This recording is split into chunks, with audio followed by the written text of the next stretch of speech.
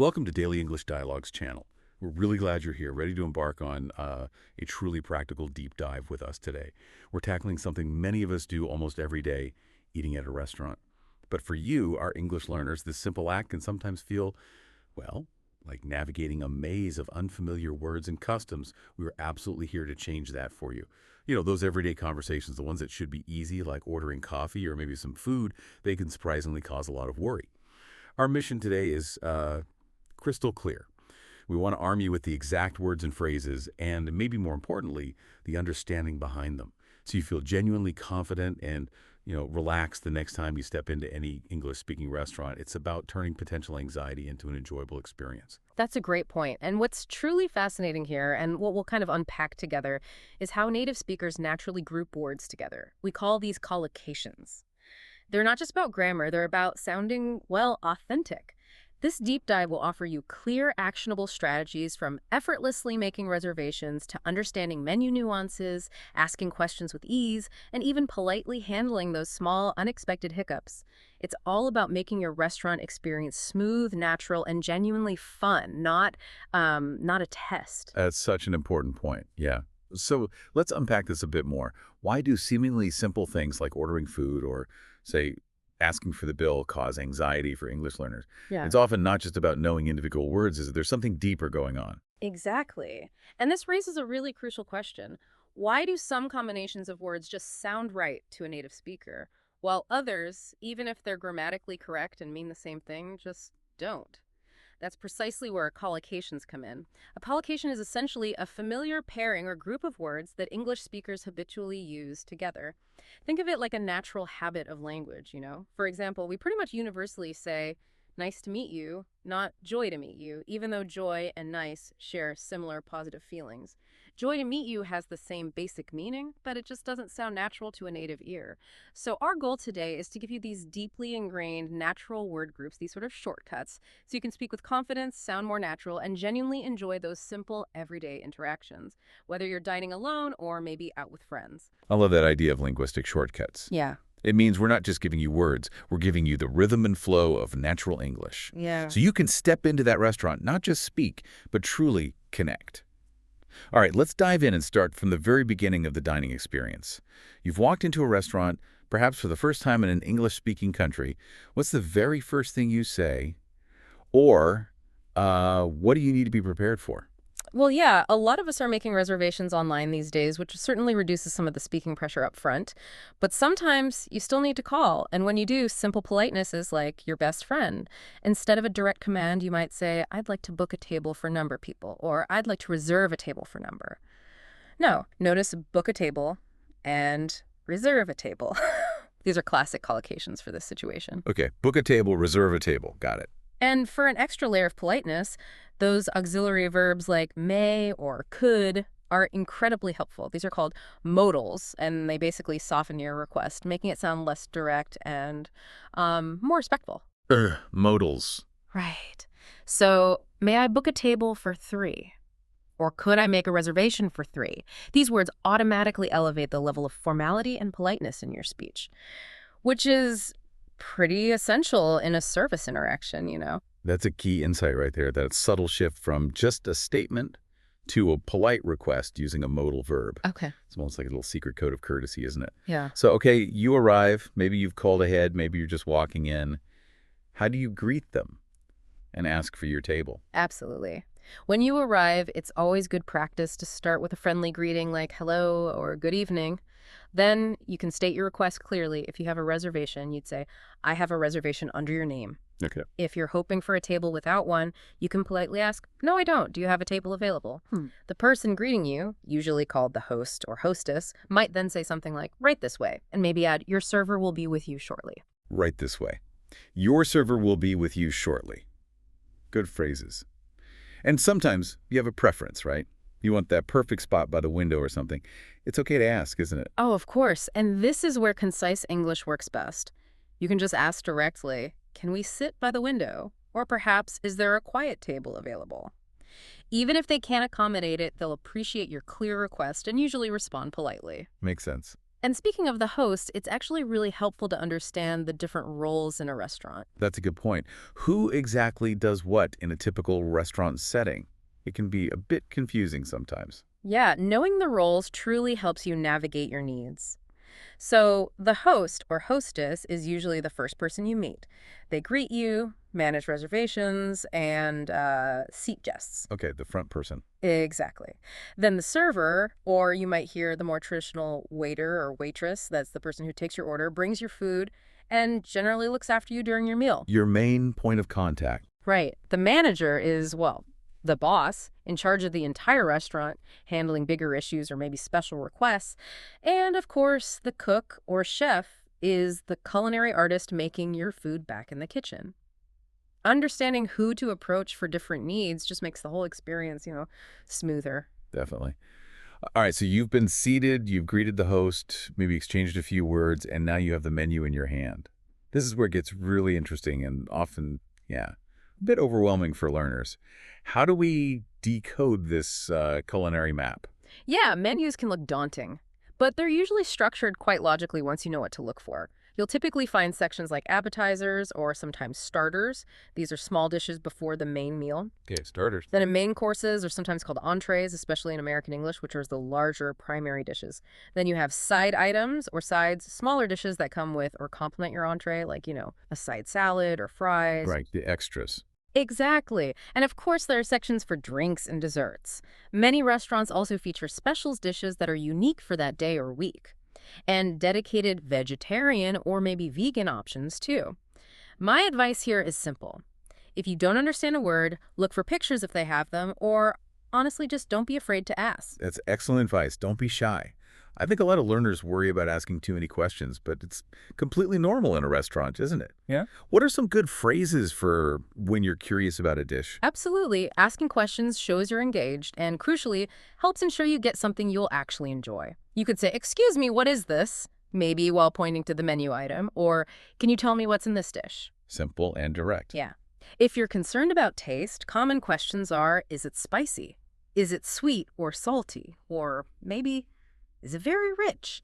These questions help you make a truly informed choice. And if you're feeling a bit adventurous or just can't decide, Happens to be all the time.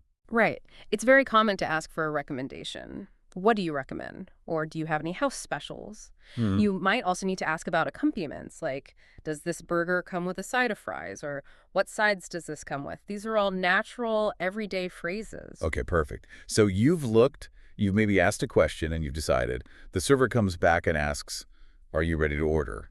Or what would you like to have? How do you respond clearly and politely?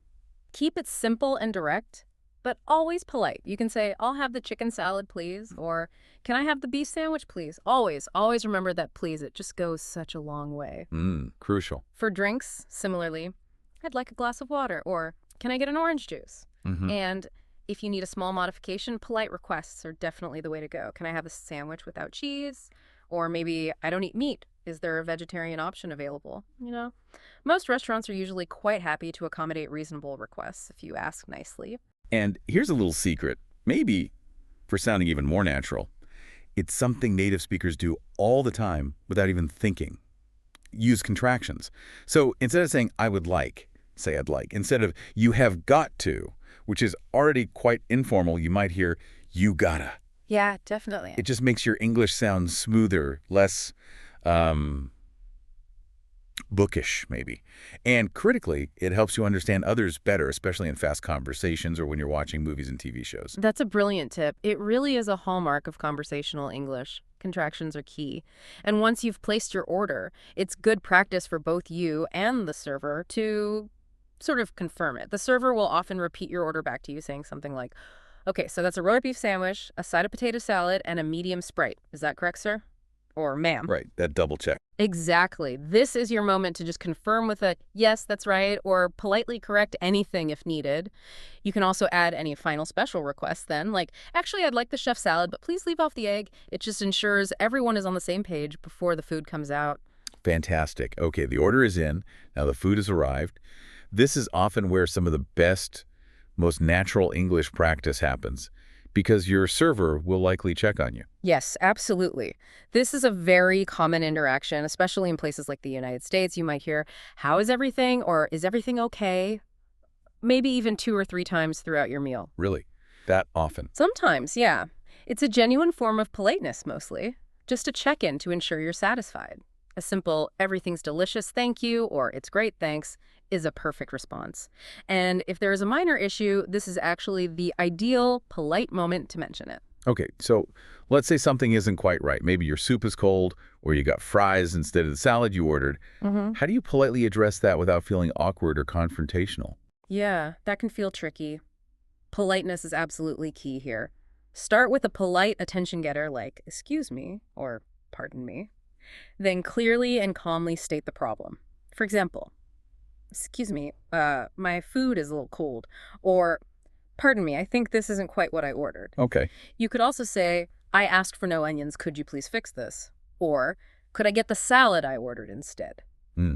Most servers are genuinely happy to help and want you to have a good experience, really, as long as you communicate politely. They might ask, "Would you like me to get you something else?" Or, "I can remake that for you." And what if it's a bigger issue? If it's a significant issue that isn't easily resolved with the server, you can always ask, "May I speak to the manager, please?" Again, using that polite, "May I?" Got it. And what if you just need something extra during the meal? More water, another napkin, maybe a different utensil. Those small requests can sometimes feel tricky too. Actually, they're some of the easiest. Just use those polite modal verbs again, or simple requests. "Can I have some more water, please?" "Yeah." "Could we get another spoon?" or "Could we get an extra plate, please?" These small, clear sentences empower you and ensure your needs are met without fuss.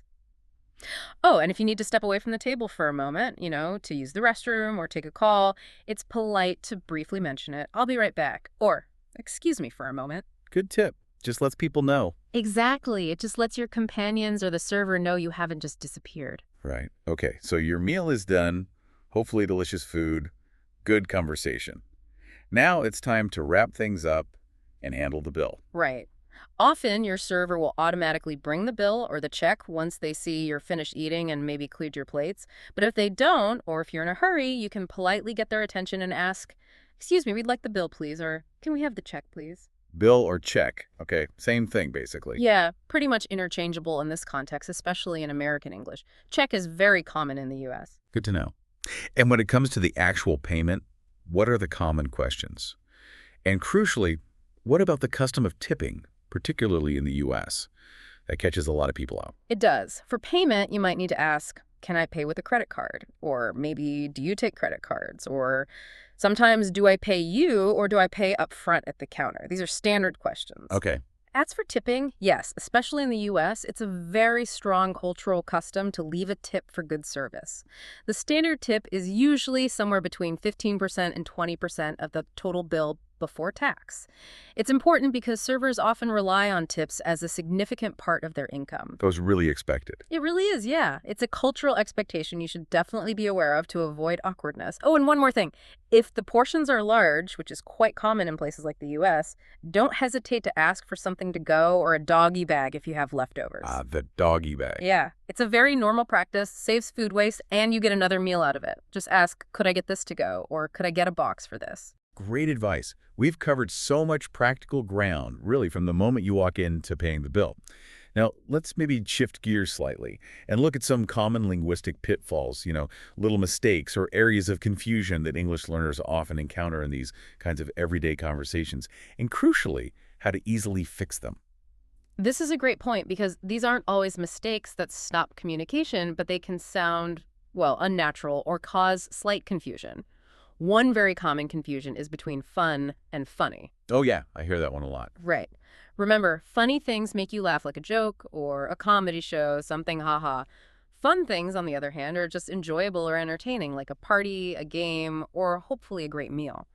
So while all funny things are generally fun, not all fun things are necessarily funny. Does that make sense? It does. So the Yeah. party was fun, but the comedian was funny. Exactly. It's a subtle but important distinction that makes your English sound much more precise. Okay, good one. What's another common trap? Another area, and it's quite basic but often overlooked, is simply forgetting to pronounce S endings correctly.